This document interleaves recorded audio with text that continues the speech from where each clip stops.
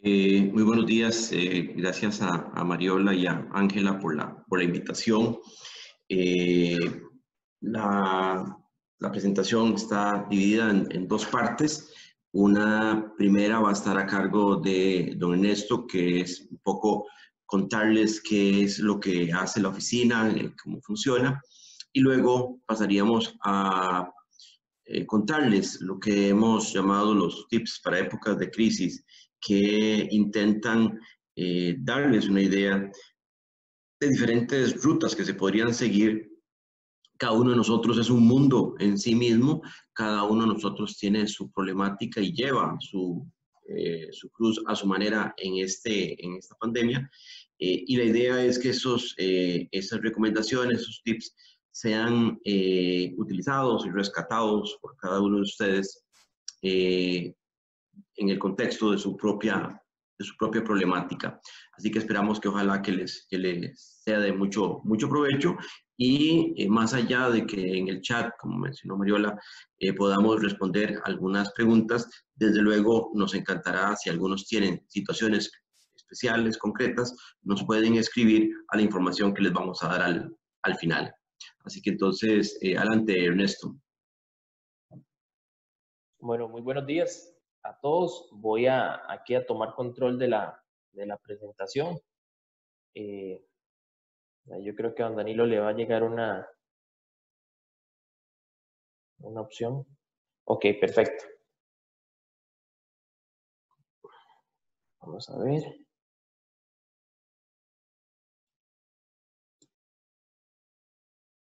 Ok, ahí tal vez, don Danilo, no sé si se puede poner como en modo presentación.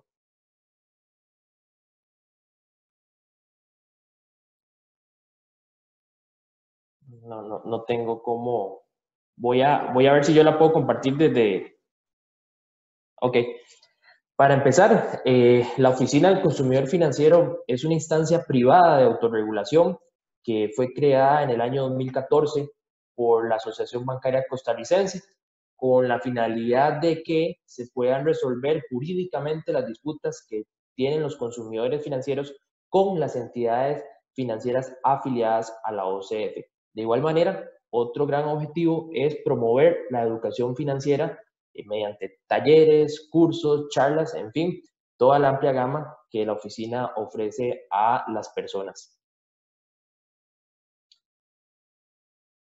Actualmente tenemos como entidades afiliadas o suscriptoras a la totalidad de las entidades financieras privadas y tenemos a dos de las cooperativas más grandes del país, como lo es Copeande y Copenae. ¿Cuál es la ventaja de que las entidades estén afiliadas a la OCF?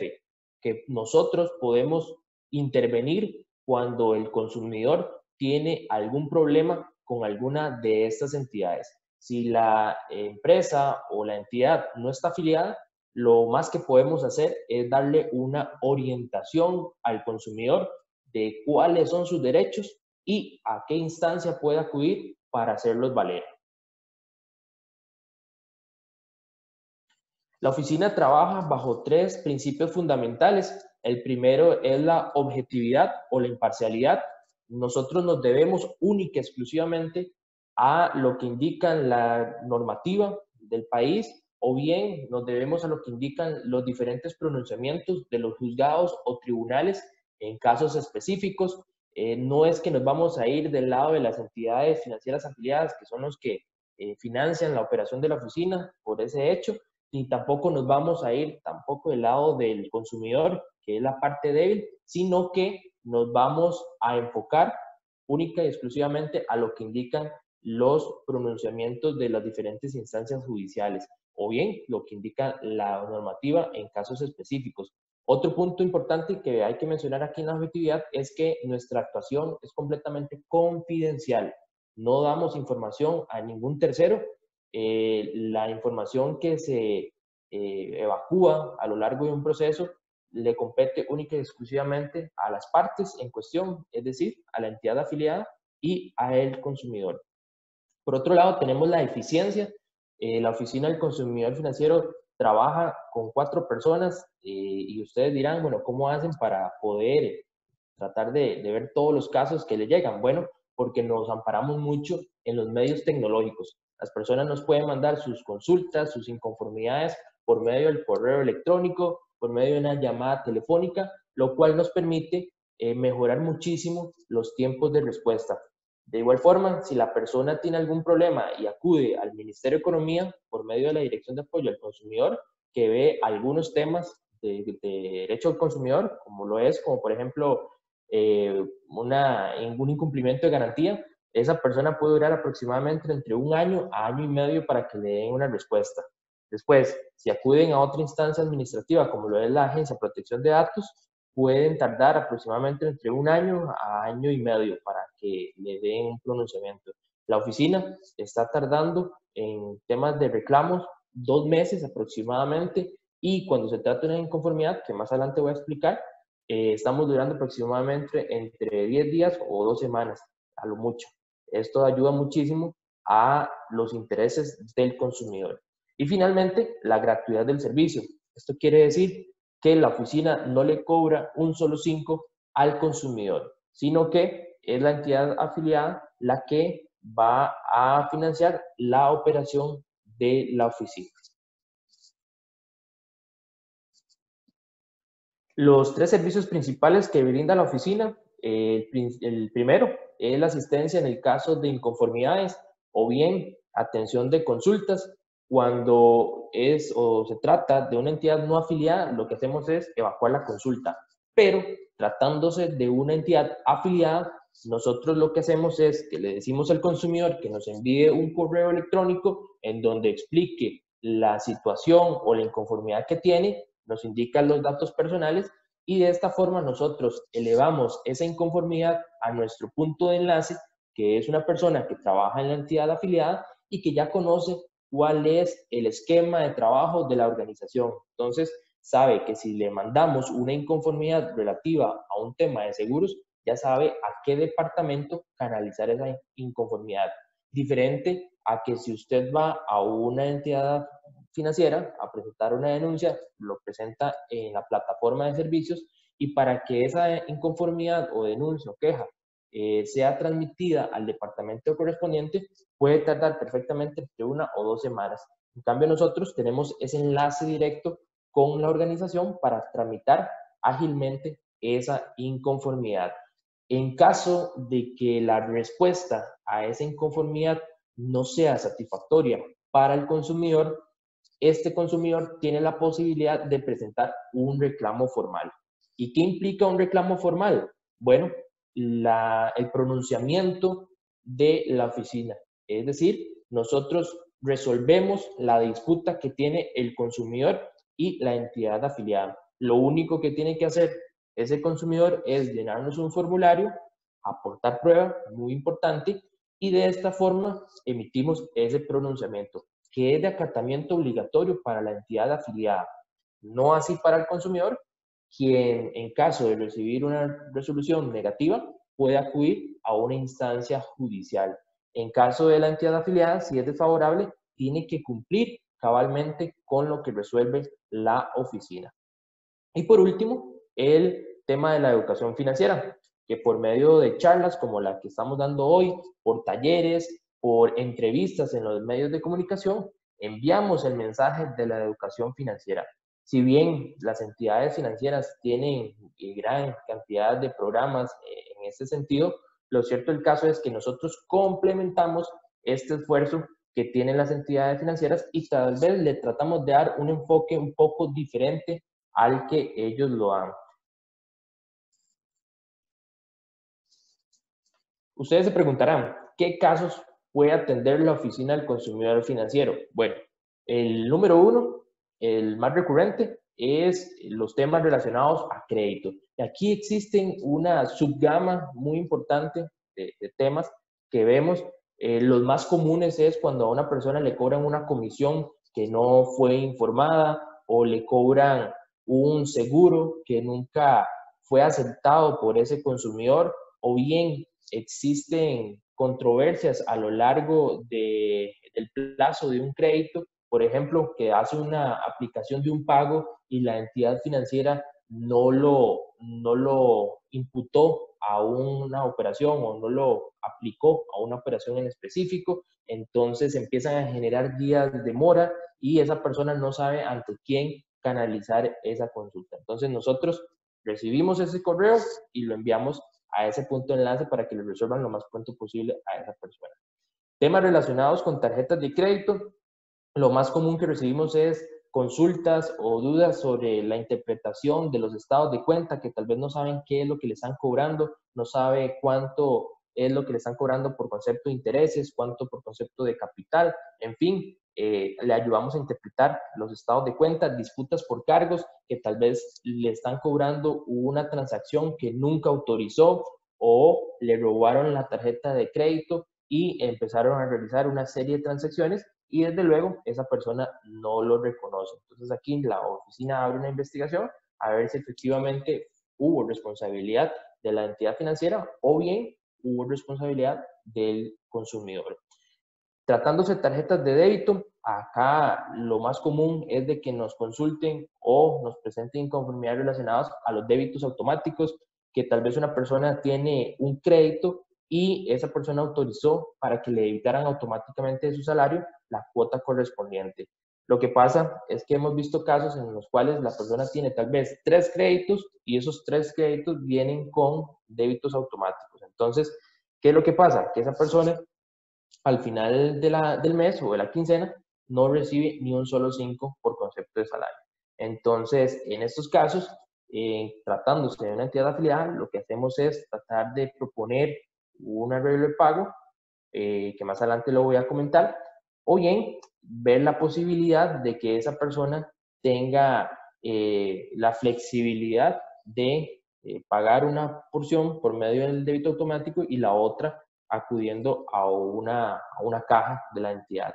Cobros por trámites, aquí hemos visto que tal vez a la persona va a una sucursal y va a hacer uso del cajero automático y le cobran una comisión, o bien va a un cajero automático, solicita retirar dinero y el cajero automático no le dispensa el monto. En estos casos ya tenemos un procedimiento establecido para la devolución en caso de comprobar que efectivamente hubo un fallo del cajero automático. El tema del acoso en la gestión cobratoria, este es el caso número 1, tratándose de entidades no afiliadas, es decir, bufetes de abogados, empresas que se dedican a realizar la gestión cobratoria, y lo más común que recibimos de quejas es llaman a terceros sin autorización del deudor o el fiador. Y acá tenemos una amplia gama de denuncias, desde que llaman al abuelo, llaman a la mamá, llaman al hermano, le dan información confidencial como lo es el saldo de la deuda o los días de atraso que tiene la deuda. También hemos visto casos en donde llaman al propio deudor o codeudor, pero lo hacen de una forma ilegal o de una forma acosadora. Lo tratan de forma despectiva, los llaman a deshoras y bueno, ya la normativa es clara y los fallos o la jurisprudencia que existe al respecto es muy clara en indicar que la gestión cobratoria solamente se puede realizar al deudor, codeudor o fiador. Y en caso de hacerse con estas 3 personas, no puede hacerse de forma acosadora, porque si no, la entidad que lo realice está sujeta a una multa que puede rondar entre los 2 a los 4 millones de colones. Otro tema muy recurrente que vemos en la oficina son las manchas en el récord crediticio. Acá lo que más nos consultan es cuánto puede durar una mancha reflejada en mi récord, cómo hacer para eliminar la mancha, o bien a partir de cuándo se puede solicitar la eliminación de esa mancha. Hay personas que también nos consultan cómo hacer para consultar ese récord. Y bueno, para consultarlo, simplemente la persona puede acudir a una entidad financiera y solicita que le impriman su récord. Hay algunas entidades que cobran por este servicio, o bien, si cuentan con firma digital, puede ingresar a la página de la SUGEF y ahí descargar ese récord crediticio. Cuando se tratan de manchas con entidades supervisadas por la SUGEF, esa mancha al cabo de los 4 años se va a eliminar de forma automática. Pero si la mancha es con una entidad no supervisada por la SUGEF, como por ejemplo casas comerciales o financieras no reguladas, si no se elimina en los buros de crédito, que son empresas que se dedican a recopilar información crediticia de las personas, usted tiene que solicitarle a ese buro o a esa protectora de crédito la eliminación de ese dato, porque no puede permanecer más de 4 años en el récord crediticio. Arreglos de pago, este es el tema número 1, tratándose de entidades afiliadas a la oficina. Y bueno, sabemos que la coyuntura actual y a lo largo del tiempo se ha complicado el tema financiero en los hogares costarricenses, entonces eso refleja la gran cantidad de solicitudes de arreglos de pago, ya sea para que le readecúen la deuda, le hagan una refundición o bien simplemente le hagan algún tipo de ajuste en el crédito. Acá somos muy claros en indicar al consumidor que nosotros no podemos obligar a la entidad financiera a que le den un arreglo de pago. Sin embargo, le damos la orientación al consumidor de cómo es más factible proponer un arreglo de pago a la entidad. Le decimos qué indicar en la solicitud, qué documentos aportar, porque hemos visto casos en los cuales simplemente la persona dice, necesito un arreglo de pago, pero bueno, no justifica por qué es que necesita ese arreglo. O bien le decimos, aporte la constancia salarial en donde se demuestre que sus ingresos se han disminuido, aporte la epicrisis en caso de que la persona haya tenido una complicación de salud, entonces aporte esa epicrisis que demuestre que efectivamente usted está con un problema. Entonces, de esta forma le ayudamos a esa persona de plantear esa solicitud ante la entidad financiera y al menos le garantizamos que esa entidad le va a dar una respuesta, ¿verdad? En caso de que esa entidad sea afiliada. Y si no, por lo menos lo orientamos. Y finalmente, otro tema muy recurrente tratándose de entidades no afiliadas es el de prescripción de deudas, que esto va relacionado a los procesos de cobro judicial. Sabemos que cuando una deuda entra en mora, ese acreedor, dueño de la deuda, puede presentar un proceso de cobro judicial, está en todo su derecho. Y este proceso de cobro judicial va a desencadenar un embargo que se puede aplicar tanto al salario como a las cuentas bancarias o bien a los bienes que se encuentren a nombre de ese deudor. Tratándose de embargo sobre el salario, solamente se puede embargar una octava parte. Después, si ingresan dineros a las cuentas bancarias de ese deudor, el dinero que ingrese a esas cuentas también puede ser embargado. Y si la persona tiene una casa o un carro, también puede ser embargado. Acá lo que sucede es que si ya han pasado más de 4 años y ese acreedor nunca realizó la gestión cobratoria, nunca presentó el proceso de cobro judicial y yo como deudor no hice ningún tipo de pago en esos 4 años, la deuda puede prescribir. ¿Por qué digo que puede prescribir? Porque uno tiene que solicitarlo ante un juez para que ese juez lo decrete como tal. Y eso implica también de que exista un proceso de cobro judicial, porque si no, yo no tengo a dónde presentar esa prescripción de la deuda. Pero aquí entonces recalcar que es muy importante que cuando la persona esté en una situación como estas, que tal vez ha pasado un lapso de tiempo, siempre asesorarse antes de, ya sea realizar un pago o bien antes de negociar con una entidad, porque puede ser de que la deuda ya esté prescrita. Hay casos que lamentablemente no podemos atender. Uno de ellos es los asuntos relacionados con inversiones o transacciones bursátiles. En estos tipos de casos, normalmente las personas acuden ante la SUGEVAL, que es la Superintendencia de Valores, o bien las empresas que tienen algún tipo de problema contratan abogados y lo gestionan en sede judicial. Otro tema que no podemos pronunciarnos es sobre los daños y perjuicios. Aquí necesariamente la persona tiene que acudir a un tribunal y esto es como, por ejemplo, cuando la persona dice, me hicieron una gestión cobratoria acosadora, dañaron mi imagen, dañaron mis sentimientos, entonces quiero que me den una indemnización por 5 millones de colones. Bueno, tiene que ir a un tribunal para que sea ese juez el que decrete cuánto le corresponde en caso de que sea viable. Otro tema que no podemos pronunciarnos es cuando se encuentren, cuando los casos se encuentren en sede judicial o administrativa, ya que va a haber un procedimiento o un pronunciamiento de la entidad administrativa o judicial, y en caso de que la oficina también lo conozca, bueno, puede ser contraproducente para el mismo consumidor, porque pueden haber dos posiciones diferentes. Entonces, ya cuando la persona presentó la denuncia ante el MEIC o la demanda en instancia judicial, de ahí la oficina no puede pronunciarse. Quejas sobre validez de los contratos. El ejemplo que yo pongo para entender este tema que no podemos pronunciarnos es cuando se solicita la nulidad de una cláusula. Ahorita, hace poco un tribunal se pronunció sobre la nulidad de la tasa piso, que es una cláusula en donde se incorpora para proteger más que todos los intereses de la entidad financiera. Entonces ya un tribunal dijo, bueno, esta cláusula puede llegar a ser abusiva en el caso de unos supuestos. Entonces, bueno, ya si la persona quiere solicitar la nulidad de esa cláusula, de igual forma tiene que acudir ante un juez para que lo decrete. Quejas o reclamos contra entidades no suscriptoras o no afiliadas. Esto era lo que yo les hablaba desde el principio, que si es una inconformidad con Beto Le Presta, Instacredit o alguna casa comercial o de línea blanca, nosotros no podemos intervenir, pero al menos le damos la orientación a la persona de cuáles son sus derechos y a dónde puede hacerlos valer. Y finalmente, reclamaciones pecuniarias que superen los $20,000. Es decir, que ustedes tal vez tengan una disputa con una entidad afiliada, pero la cuantía o bien lo que ustedes van a solicitar supera los $20,000. Esto sería básicamente las funciones o lo que hace la Oficina del Consumidor Financiero.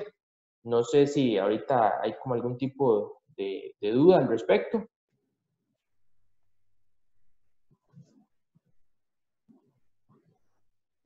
Creo que lo dejaríamos hacia el final. Tal vez nos ayudan Mariola o Ángela con las consultas. Perfecto. Gracias, Ernesto.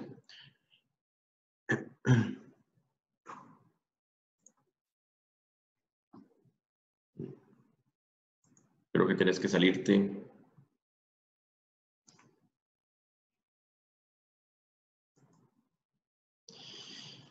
La Oficina del Consumidor ha estado desde el año pasado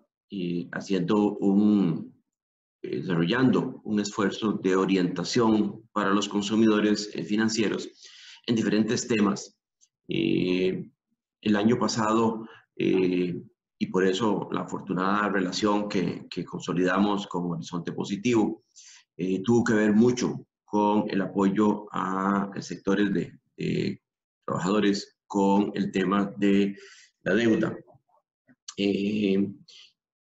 Esa conversación se ha vuelto aún más importante en este 2020 como consecuencia de la pandemia, la afectación que ha tenido en los ingresos de las personas y en general la problemática que se ha traducido en las finanzas de la familia. Este año propusimos lo que hemos llamado los tips para tiempos de crisis, pero en realidad posiblemente algunos de ustedes verán que son recomendaciones no solo para tiempos de crisis, sino que también lo son para épocas más normales. Estamos hablando de 10 tips. Los dos primeros puede ser que resulten para ustedes muy obvios y sin embargo son muy especiales de observar. El número uno que nosotros recomendamos es sentarse en familia y conversar sobre la situación financiera que está enfrentando el hogar. En realidad la problemática financiera no es solo de una persona en la casa, no es solo de quien genera la mayor parte de los ingresos, sino que es de toda la familia, porque si los ingresos se disminuyeron, las posibilidades de seguir gastando los montos que gastábamos o en las cosas que gastábamos antes se ven afectadas. Hemos comprobado que efectivamente al interno de las familias, quien genera la mayor parte, una buena parte de los ingresos, se ven agobiados por situaciones extraordinarias que estamos viviendo, pero se comen esa ansiedad solitos, y eso no le conviene a la persona ni le conviene a la familia. Entonces, nuestra primera recomendación es que todo el núcleo familiar esté consciente de que estamos viviendo tiempos extraordinarios, tiempos fuera de lo normal, que nos encantaría que muy próximamente terminen, pero sabemos que van a demorar algunos días más todavía. La segunda recomendación es un poco más concreta en cuanto al manejo del dinero. Aquí lo que nosotros hemos sugerido es que casi que inmediato, en un momento determinado, se sienta la familia o el núcleo familiar y se sientan y conversan y caen en cuenta de que la situación económica afecta a toda la familia.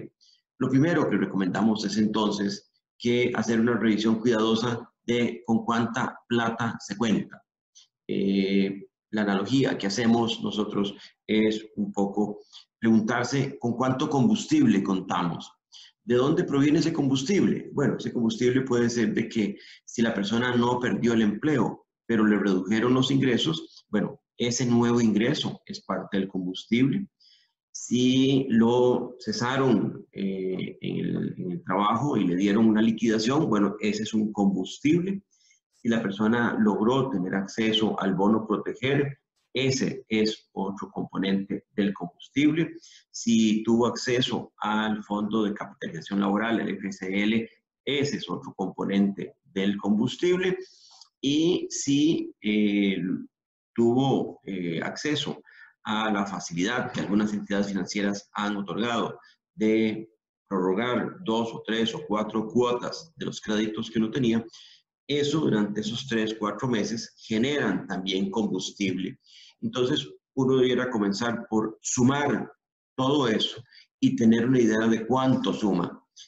Puede ser 500,000, puede ser 1,000,000, 1,500,000, 2 millones. Ese dato es vital, ese dato es indispensable porque no sabemos dónde está o qué tan lejos está la próxima estación de combustible.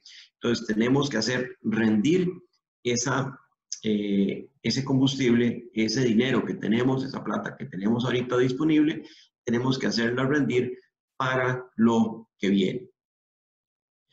Las siguientes dos recomendaciones que hacemos es que habiendo cuantificado cuánto combustible tenemos, no nos volvamos locos pensando de que somos millonarios, ¿verdad? De repente, algunas personas tienen ingresos de 400, 500,000, 600,000 colones al mes, pero de repente cuando suman toda la plata que tienen en este momento, les suma 1,500,000. Y eso los puede conducir a tomar decisiones precipitadas que pongan en riesgo la liquidez del núcleo familiar. ¿Qué van a hacer con esa plata que ya se cuantificó? Debiera conversarse en casa. El núcleo familiar debiera estar consciente de cuánto hay disponible para lo que falte. Y esto, insistimos, es válido tanto para alguien que le redujeron su jornada laboral como para alguien que fue cesado en sus labores, que muy probablemente será recontratado, pero no sabemos si dentro de 1, 2 o 3 meses. De manera que entonces esa calma que hay que tener en el uso de esa plata es determinante para poder sobrevivir sin tropiezos en el tiempo que nos falta. Los bancos están, como les decía, posponiendo, prorrogando 2, 3, 4 cuotas en algunos casos de los créditos o las tarjetas y en muchos casos ofreciendo arreglos de pago. es indispensable tener claro cuánto plata significa eso. A nosotros en la Oficina del Consumidor nos genera a veces mucha angustia cuando le preguntamos a la gente, bueno, ¿cuánto paga usted en cuotas de créditos? Y a menudo no saben cuánto plata es lo que tienen que pagar, ni mucho menos cuánto en el crédito 1, cuánto en el crédito 2 y cuánto en el crédito 3. Simplemente es como un agua que corre, un agua que se escurre por un canasto y no logran saber cuánto es lo que se va en cuotas de préstamos. En el banco, en la financiera, en la cooperativa, en la asociación solidarista, tiene que tener una idea muy precisa de cuánta plata es eso.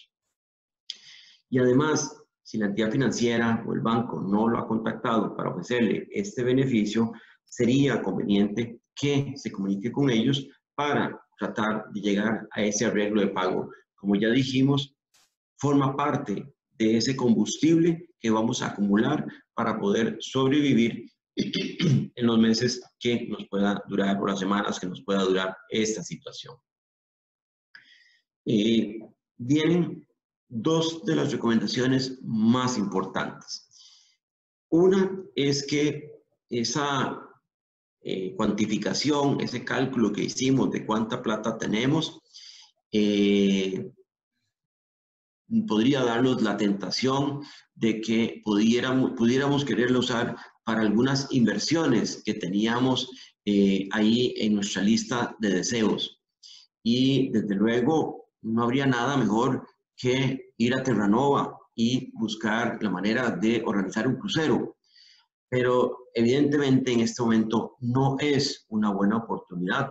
Desde luego porque primero no van a conseguir posiblemente una aerolínea que los lleve, un crucero que esté operando razonablemente, pero además, insistimos, son momentos de crisis, son momentos extraordinarios que estamos viviendo y Terranova no va a desaparecer, los cruceros no van a desaparecer, las aerolíneas no todas van a desaparecer. Entonces ya habrá tiempo para hacer ese viaje, esa inversión en nosotros mismos que queríamos hacer. Pero ya incluso ni siquiera hablemos de viajes, hablemos de ampliaciones o mejoras que queríamos hacer en la casa que probablemente son necesarias. Este no es un buen momento para tomar la decisión de hacer esa inversión. No sabemos cuánto tiempo puede demorar esta situación que estamos viviendo y el riesgo de que se nos consuma, se nos vaya una gran cantidad de ese combustible en esa inversión, después lo tengamos que pagar en la forma de que no nos alcance para hacer las compras del supermercado, hacer las compras de una medicina que ocupamos para alguien de la familia o alguna necesidad con la educación de los chiquillos. De manera que entonces, este no es un momento para entrarle a inversiones importantes, grandes, como puede ser la ampliación o mejoras de la casa. Y como indicamos, ya habrá tiempo, ya habrá oportunidad de volver a contactar a Terranova y pedirle que nos arme un buen tour por el Mediterráneo.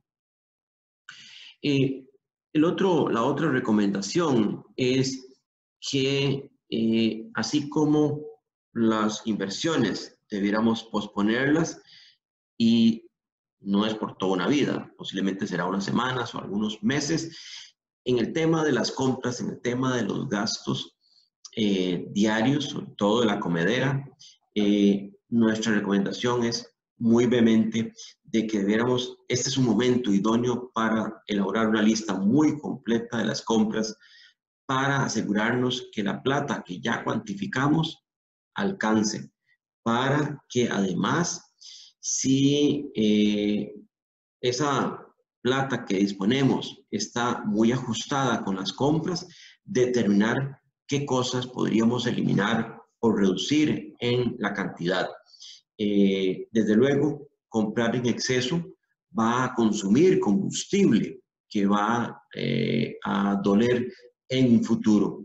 Si ya hicimos una cuantificación de todo el combustible que disponemos, a eso debiéramos entonces agregarle una revisión cuidadosa de en qué gastamos normalmente nuestra plata.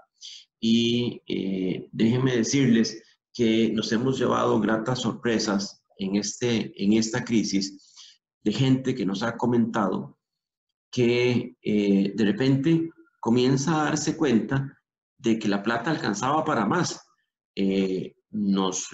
Tuvimos acceso, por lo menos, a un consumidor que nos decía: yo trabajo en una televisora, me redujeron el salario y me he tenido que acomodar al nuevo ingreso. Y curiosamente, vieran que me sigue alcanzando. No me sobra como antes, pero en realidad lo que concluye esa persona es que todo lo demás, todo lo que le redujeron en su ingreso, lo pudo haber ahorrado. Y esa es una muy buena noticia. Esa es una muy buena noticia porque al en el contexto de la crisis, al tener las familias que elaborar esa lista de compras, se han dado cuenta de que en el supermercado posiblemente terminaban comprando muchas cosas que en realidad no se ocupaban, o eran lujos que se pueden comprar de vez en cuando, pero no todas las quincenas o todos los meses. Y en este momento, esa lista les puede resultar de particular importancia para rendir ese combustible, pero además va a tener un elemento muy favorable, y es que los PA les puede orientar en cuanto a la posibilidad de ahorro para cuando volvamos a nuestro ingreso normal, para cuando volvamos a tener empleo. De manera que entonces esta lista de compras no es solo un elemento accesorio, no es un elemento que debiéramos verlo con cierta sonrisa, sino que puede convertirse en el elemento determinante para que ese combustible rinda mucho más de lo que nos imaginábamos.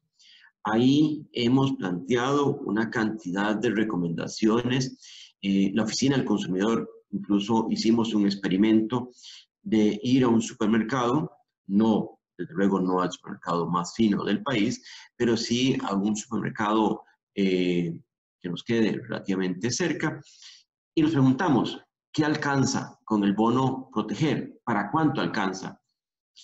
Y vieran que en realidad nos dimos cuenta de que si uno se concentra en las compras necesarias de granos básicos, aceite, pastas, lo necesario para tener un plato en la mesa, en realidad alcanza. En realidad alcanza. Por supuesto, no hay oportunidad como de comprar galletas suizas o de comprar algunos bocadillos dulces que tanto nos encantan, pero en realidad pudimos comprobar que incluso el bono Proteger de 65.000 colones es muy rendidor. Eso lo que nos lleva a sugerir es que hay que ir al supermercado como ir a una batalla, como ir a una batalla en una guerra.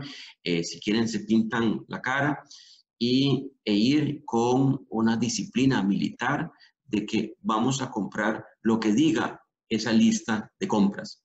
No se nos va a distraer con algún licor exótico por ahí con mejor precio, no se nos va a distraer con algunos dulces que no se ponen en una esquina, no nos van a distraer con algún cosmético o con algún detalle para el automóvil.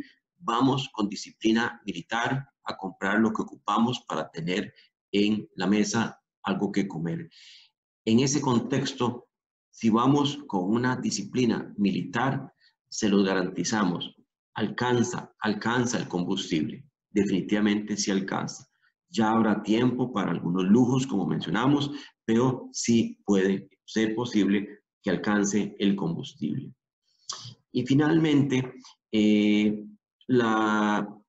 tenemos dos recomendaciones que tratan de complementar los dos anteriores. Uno es que cuando uno compra comida fuera, uno está pagando un salario, está pagando electricidad, está pagando gas, está pagando un local, etcétera, etcétera. En esta época, en estos momentos de crisis, preparar los alimentos en casa genera ahorros importantísimos de dinero. Desde luego, a eso se le puede complementar, revisar por un tiempo, no es por toda la vida, la calidad de los alimentos. Posiblemente todos estemos acostumbrados a comprar arroz 99% grano entero, y por supuesto que es una delicia comprar el mejor arroz que conseguimos. Pero si tenemos que bajar un poquito de categoría por 2 o 3 meses, se los garantizamos, no nos vamos a morir. No nos vamos a morir por disminuir la calidad. Carnes, posiblemente siempre nos encantaría comer un buen lomito, pero si tenemos que disminuir la calidad de la carne un poquito, también vamos a generar más disponibilidad o que el combustible nos dure más tiempo.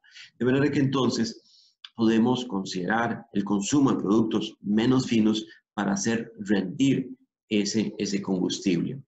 Desde luego, es prohibido el desperdicio, absolutamente prohibido el desperdicio, y probablemente en algunas casas hayamos visto, hemos sido testigos de que queda la mitad de la comida en el plato.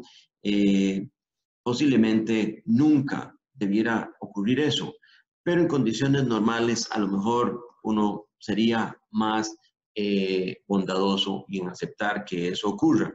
Hoy en día es absolutamente inaceptable porque ahí se nos está yendo, se nos está escurriendo combustible, comida que podríamos necesitar en unas semanas. De manera que entonces es totalmente prohibido el desperdicio. Informarse en las diferentes entidades públicas y privadas sobre la flexibilización que están ofreciendo es sumamente importante. De nuevo, vean que de lo que estamos hablando es de hacer rendir el combustible. Es hacer rendir el combustible que cuantificamos al principio y entonces averiguar si la entidad pública en la que, con la que tenemos el pago de la energía, puede ser el ICE, puede ser Fuerza y Luz, el cable, si tiene algunas promociones especiales. En el caso del cable, a veces tenemos conexiones a canales digitales que posiblemente al rato nadie ve, lo llega a ver, y entonces tenemos 300 canales disponibles, pero que nadie ve más que uno o dos. Podría ser que por un tiempo, 2, 3 meses, podamos vivir perfectamente sin ese costo en el cable, y lo que se da uno cuenta es que son pequeñas sumas de dinero que estamos comenzando a agregarle al combustible. Si uno gasta en productos menos finos, ahí genera un poquito más de combustible adicional. Si uno reduce el uso del celular o utiliza una conexión de cable menos costosa, si uno aprovecha algún descuento que esté haciendo las empresas de energía, agua, teléfono, eso está sumando, eso está agregando combustible a la disponibilidad que teníamos al principio. Dos recomendaciones más que son indispensables de tener muy claras. No adquirir nuevos créditos. En la oficina del consumidor nos tiene también igualmente muy angustiados que la gente, en lugar de hacer una buena parte de este ejercicio que les hemos recomendado, lo que hacen es acudir a nuevos créditos para seguir manteniendo el nivel de gasto en el supermercado, para seguir manteniendo el gasto que tenían en el vehículo, para seguir manteniendo el gasto de ir a comer o comprar comida afuera. Ahora que están volviendo a abrir parcialmente los cines, la gente quiere nuevamente ir al cine, pero con menos ingresos. Y entonces resuelven el faltante de combustible acudiendo a nuevos créditos. Eso, desde la perspectiva nuestra, Oficina del Consumidor, es muy, pero muy peligroso, porque recordemos que posiblemente a muchos nos han favorecido las entidades financieras, prorrogando las cuotas de 2 o 3, 4 meses, pero cuando salgamos de esta crisis, tendríamos que volver a pagar esos créditos, pero además tendríamos que pagar esos nuevos que vamos adquiriendo. Y eso significa que entonces pasemos estos 2, 3, 4 meses en una relativa calma, pero nos va a agobiar el endeudamiento cuando salgamos de la crisis. De manera que entonces, antes de tomar la decisión de usar la tarjeta de crédito en estas circunstancias, antes de considerar la posibilidad de tomar nuevos créditos, aunque nos los ofrezcan con muy buenas condiciones, lo primero que nosotros recomendamos es revise cuánto combustible usted mismo puede generar. Porque vean que los nuevos créditos son combustible, pero son combustible que tendremos que devolver cuando salgamos de esta situación. Si comenzamos a pedir mucho y mucho combustible prestado, ese combustible hay que devolverlo. Y eso va a restringir nuestros márgenes de maniobra cuando volvamos a nuestra jornada laboral, cuando nos volvamos a reintegrar en la fuerza laboral. Y entonces, aunque las entidades financieras estén flexibilizando condiciones de plazo, tasas, comisiones, no es para nada recomendable endeudarse porque no tenemos certeza qué va a pasar con nuestros ingresos. No tenemos certeza cuándo nos van a recontratar y si nos van a recontratar por el mismo ingreso, por el mismo salario que teníamos, o tendremos que esperar un tiempo para ir ascendiendo, ir mejorando el ingreso hasta volver al ingreso que teníamos originalmente.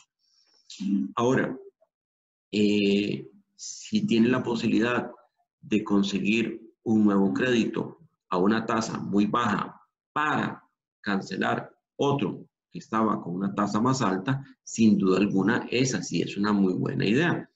Qué sé yo, si tenemos una tarjetilla de crédito con 500,000 colones de saldo y nos ofrecen un crédito a 5 años plazo por 500,000 con una tasa mucho más baja que la tasa de la tarjeta, esa es una muy buena idea. Lo que no sería una buena idea es sacar ese crédito para seguir gastando y mucho menos gastar en el supermercado. Los gastos del supermercado debieran poderse atender con los recursos con que disponemos, con el combustible que calculamos al principio de este ejercicio. En resumen, la recomendación más importante es la última y no por eso menos importante. En este momento, el efectivo, la plata disponible, juega doble, vale el doble. Hay que usarla como si fuera el último peso que vamos a tener en nuestra mano. Tiene que ser utilizado con tremenda disciplina, con mucha observancia de las necesidades básicas que tiene la familia. Insistimos, ya habrá tiempo después para los lujos, para las cosas que queríamos, los detallitos que queríamos darle a nuestra pareja, algún lujo, algún detalle que queríamos darle a nuestros hijos. Ya habrá tiempo. Todas las crisis siempre son superadas. De manera que entonces cualquier disponibilidad de plata que tengamos en este momento vale doble y tenemos que hacerlo rendir. Como les decíamos, una consecuencia que hemos percibido de esta crisis es que la gente ha aprendido a ahorrar, ha aprendido en esta época de crisis, ha aprendido de que en realidad sí podía ahorrarse algo, podía ahorrarse 5,000 colones por semana, 5,000 colones por quincena o al menos 5,000 colones por mes. Imagínense que si uno ahorrara 5,000 colones por mes, al final del año tiene 60,000 colones que no tenía al inicio del año. Ahora, si lo hace cada quincena o cada semana, imagínense la cantidad de dinero que uno podría ir ahorrando a lo largo del tiempo. No despreciemos por ninguna razón cualquier colón que podamos ahorrar. De repente aquí la gente en la oficina del consumidor a veces nos dice, es que es muy poco lo que puedo ahorrar, mejor ni lo hago. Bueno, es que esa forma de verlo es más o menos como cuando alguien no quiere comenzar a hacer ejercicio, ¿verdad? Entonces ni siquiera los 100 metros del frente de la casa quieren correr. Bueno, comenzando a correr 100 metros, después se pasa a 1 kilómetro y después ya hace 5 kilómetros. Exactamente igual ocurre con el dinero y el ahorro. Estos son las recomendaciones que queríamos esta mañana compartirles y más bien abrir un espacio para atender preguntas que tengan los colaboradores de Terranova que podamos atender aquí y desde luego después nos pueden escribir a esas direcciones que les mostramos en la pantalla. Muchísimas gracias, Danilo. Me parece, bueno, increíble, muy buenas recomendaciones. Tenemos 2 preguntas. Te comento la primera y es, ¿qué consecuencias puede tener el proyecto de ley que pretende bajar la comisión por uso del datáfono y o comisión por tarjeta de crédito? Y la segunda pregunta dice, desde su punto de vista, ¿en qué momento consideran un momento oportuno para retirar el fondo de capitalización laboral? ¿Es preferible tenerlo líquido o mantenerlo en la operadora hasta que se necesite? Sí, las dos son muy buenas preguntas. Hay una tercera pregunta, pero te la hago en cuanto terminemos estas 2. Listo. En cuanto a la comisión de datáfonos, pues eso en buena teoría lo que debiera es reducir los costos del comercio, porque esa comisión la paga el comercio. Habría que ver en qué medida esa disminución de costos el comercio se la traslada al consumidor.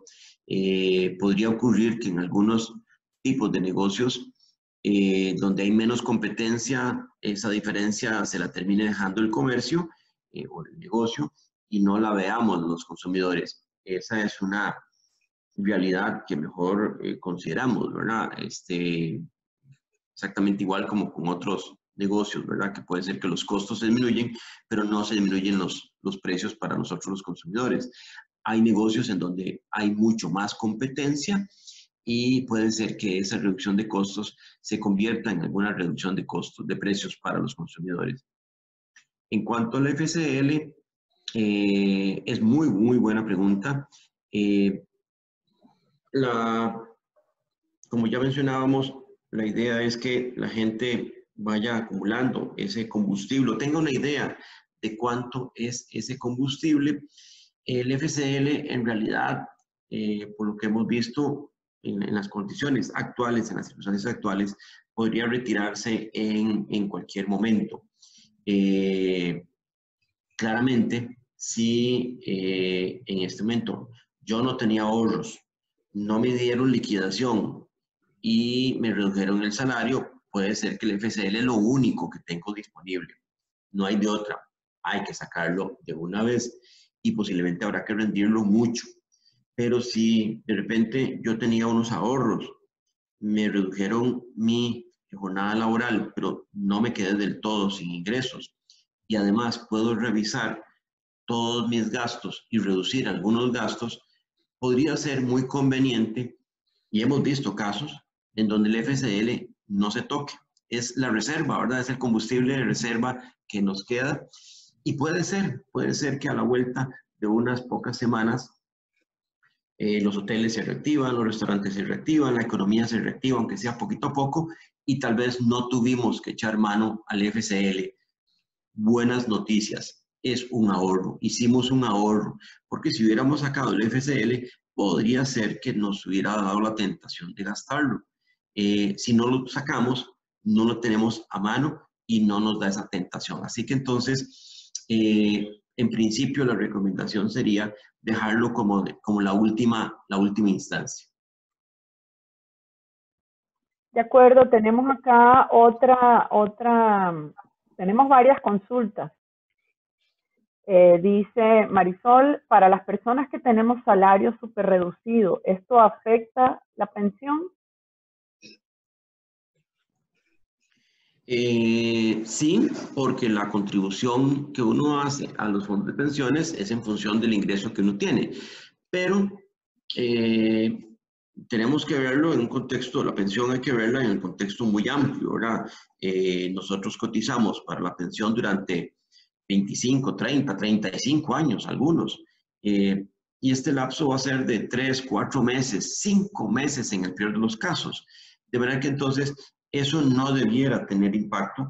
Si la pregunta de Marisol es de una persona joven o muy joven, todavía queda un lapso muy, muy amplio para poder volver a retomar la carrera. Es como una pequeña caída, pero uno está totalmente en capacidad de levantarse y volver a la carrera. Y si uno ya está muy cerca de la pensión, de pensionarse, bueno, durante 20, 25, 30 años ha acumulado posiblemente una suma de dinero que estos 3, 4 meses no debieran afectarlo. Entonces, hay que verlo en un contexto más amplio y sí, en este pedacito de tiempo va a tener algún efecto, pero no en el total. Muchas gracias, Danilo. Hay un par de preguntas más. La refundición de deuda. ¿Es buena idea incluir todas las deudas en una operación de este tipo o debemos dejar fuera las que estén más cercanas a vencer, menos de un año, por ejemplo, a pesar de que tengan mayores tasas de interés? Luego tenemos 2 preguntas más. Una es si los bancos tienen algún plan de hacer extensiva la medida de gracia en las cuotas. Y la otra es, ¿qué ocurre con el proyecto de ley para el retiro del ROP? Okay. Vamos a ver. En cuanto a la refundición de deudas, a algunas personas les resulta muy conveniente, sin duda alguna. Sobre todo si son ordenadas, si son personas que tienen mucho control de sus deudas, pero la situación es que se les redujeron los ingresos o del todo se quedó sin empleo. La refundición le podría dar un oxígeno, le agrega algún combustible para esperar a que las circunstancias se vuelvan más o menos a la normalidad. Si la refundición además logra bajar la tasa promedio de los créditos, vamos a ver, si estamos refundiendo 5 deudas, unas chiquitillas, otras más grandes, que en promedio nos cuestan 30% de tasa de interés, unas más, otras menos, pero en promedio nos dan 30%, y logramos tomar una nueva deuda al 25, al 26%, es una muy buena idea. Es una muy buena idea, siempre y cuando no nos dé la tentación de querer agregarle más para algún gastillo, ¿verdad? Ese cuento a veces nosotros mismos nos autoconvencemos, ¿verdad? Pero la refundición es una muy buena idea. Incluso en el caso de deudas que estén relativamente prontas a vencer. Por supuesto que todavía más importante si logramos bajar el costo de algunas deudas como podrían ser tarjetas de crédito. Ahora, el mundo ideal sería refundir, si teníamos 5 deudas, refundir 4 y pagar una. O asumir el esfuerzo de que esa una que nos queda por fuera, pagarla con nuestro propio esfuerzo, y entonces no solo logramos los beneficios de la refundición que acabamos de mencionar, sino que además bajamos el total de deuda que tenemos. Eso definitivamente es lo mejor. Hay personas para las cuales la refundición no es solución porque refundiendo deudas ya están pensando en irse a alguna tienda a ver qué se compran nuevo. Si no tenemos esa disciplina, la refundición no le va a servir de mucho. En cuanto a la... En relación a esto mismo de la refundición de deudas, hay otra consulta para luego pasar a las respuestas de las otras preguntas, y es que ¿cuál sería su recomendación en caso de que ya una persona haya readecuado una deuda con el banco y posteriormente necesite volver a readecuarla? Vamos a ver, si la refundición se hizo el año pasado, aquí tenemos que entender que las refundiciones no son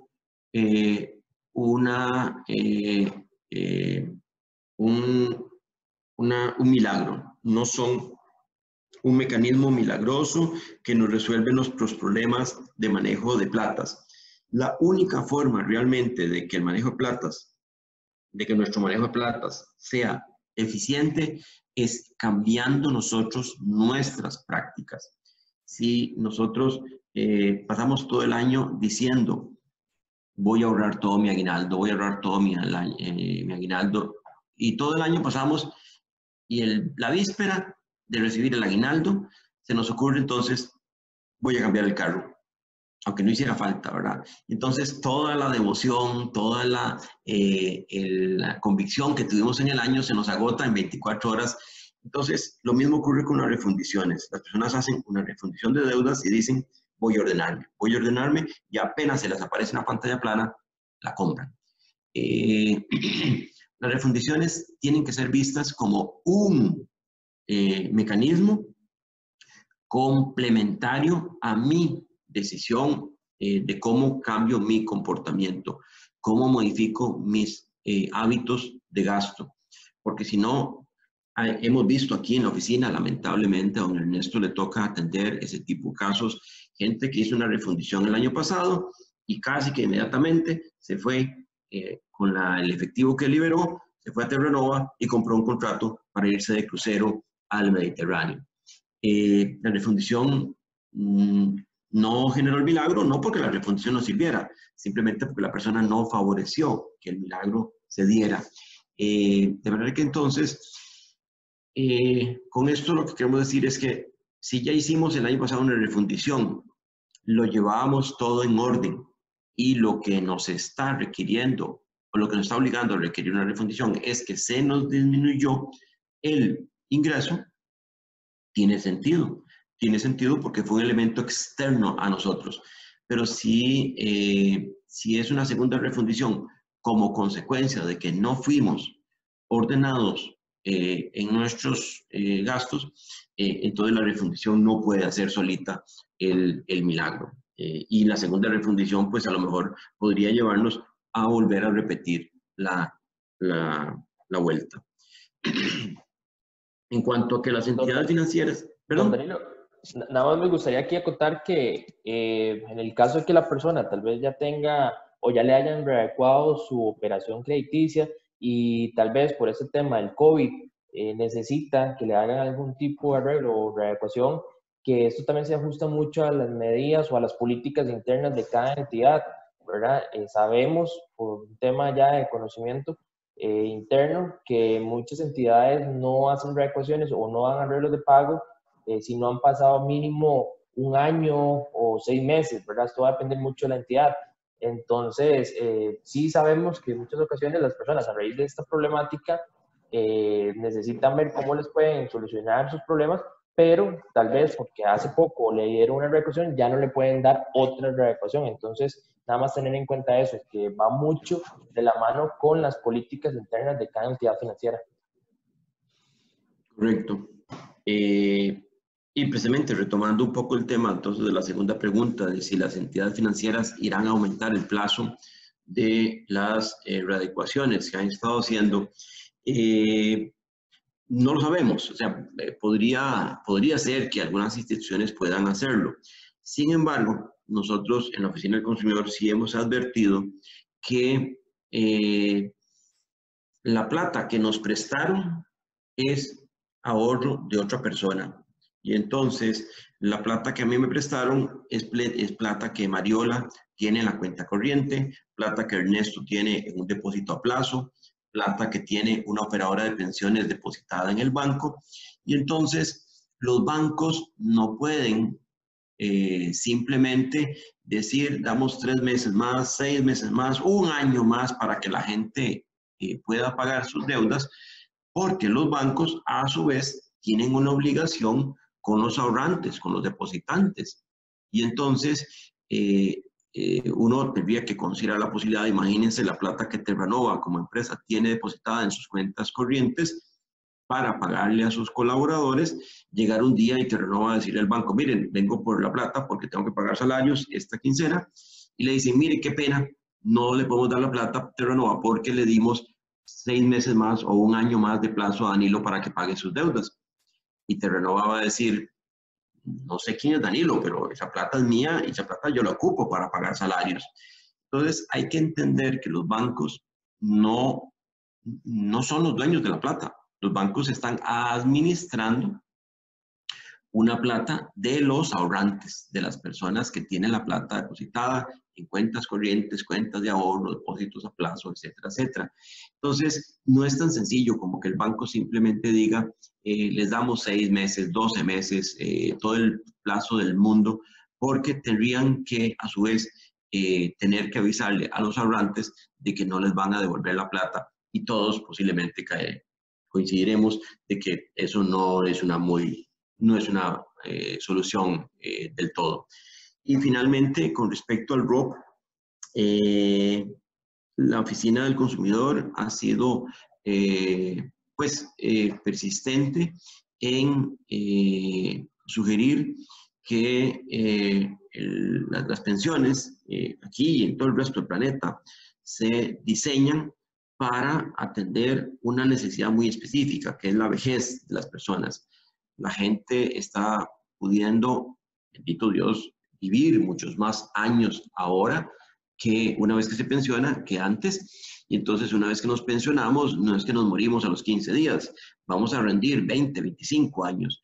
Y si nos pensionamos, muy probablemente ya nadie nos va a querer contratar o en todo caso nos costará un poco conseguir ingreso porque va a ser menor, más limitada la disponibilidad de trabajo, y entonces de lo que dependemos es de las pensiones. Si el ROP no es lo que vemos hoy, cuando nos pensionemos, no hay de dónde. O nos vamos a tener que ver obligados a trabajar a los 70, 75, 80 años, lo cual me suena muy poco atractivo, o peor aún, tendremos que irle a tocar la puerta al Estado y decirle, mire, qué pena, yo me comí el ROP cuando la crisis del 2020, ahora no tengo con qué vivir y nadie me contrata porque soy viejo, necesito que me ayude. Puede ser que el gobierno me diga, le voy a dar una pensión, pero resulta ser una pensión mucho menor que la que hubiera tenido con el ROP si lo hubiera dejado. Entonces, nuestro temor es que entregar el ROP en este momento podría ser una felicidad de unos meses, pero conducirnos a una tristeza de varios años. Entonces, nosotros no recomendamos la distribución del ROP, salvo en casos que se han estado conversando, que si yo, huérfanos,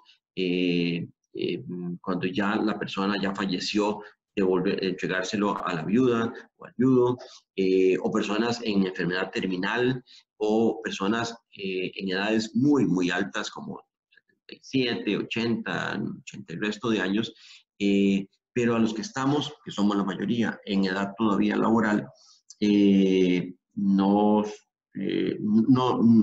recomendamos que se distribuya el ROP. Pero serán los diputados, desde luego, los que decidan qué es lo que le conviene a este país. Muchísimas gracias, Danilo, por tan amplia explicación, tan claro. Tenemos muchos comentarios de personas agradeciendo e indicando que de verdad muy clara la explicación, un excelente punto de vista, comentarios como gracias por darnos a conocer a la Oficina del Consumidor Financiero y las recomendaciones tan acertadas, gracias por el asesoramiento, en fin, muchos comentarios positivos. De verdad que muchísimas gracias por este tiempo y este espacio. Nos queda muy claro y la verdad que esperamos que todas estas recomendaciones que has brindado sean de beneficio para todos los colaboradores de Terranova y que lo hagan extensivo a las personas cercanas a ellos. Le doy la palabra a Ángela si quiere decir algo para finalizar esta charla y bueno, de mi parte, de parte de Horizonte Positivo, gracias a todos por haber participado en este intercambio tan interesante. Muchísimas gracias, Ernesto, también por tu presentación y por toda tu participación y orientación. Y seguimos en contacto. Ángela. Muchísimas gracias, Mariola, a vos por ayudarnos a coordinar por parte de Horizonte, a don Danilo, a Ernesto y a todos los compañeros que nos acompañaron en la sesión. Yo estoy segura que todas sus recomendaciones van a caer como semilla en buena tierra, porque todos en este momento necesitamos reinventarnos y reaprender a funcionar diferente. Entonces, muchísimas gracias, de veras que súper valiosa la información. Y vamos a trabajar también en circular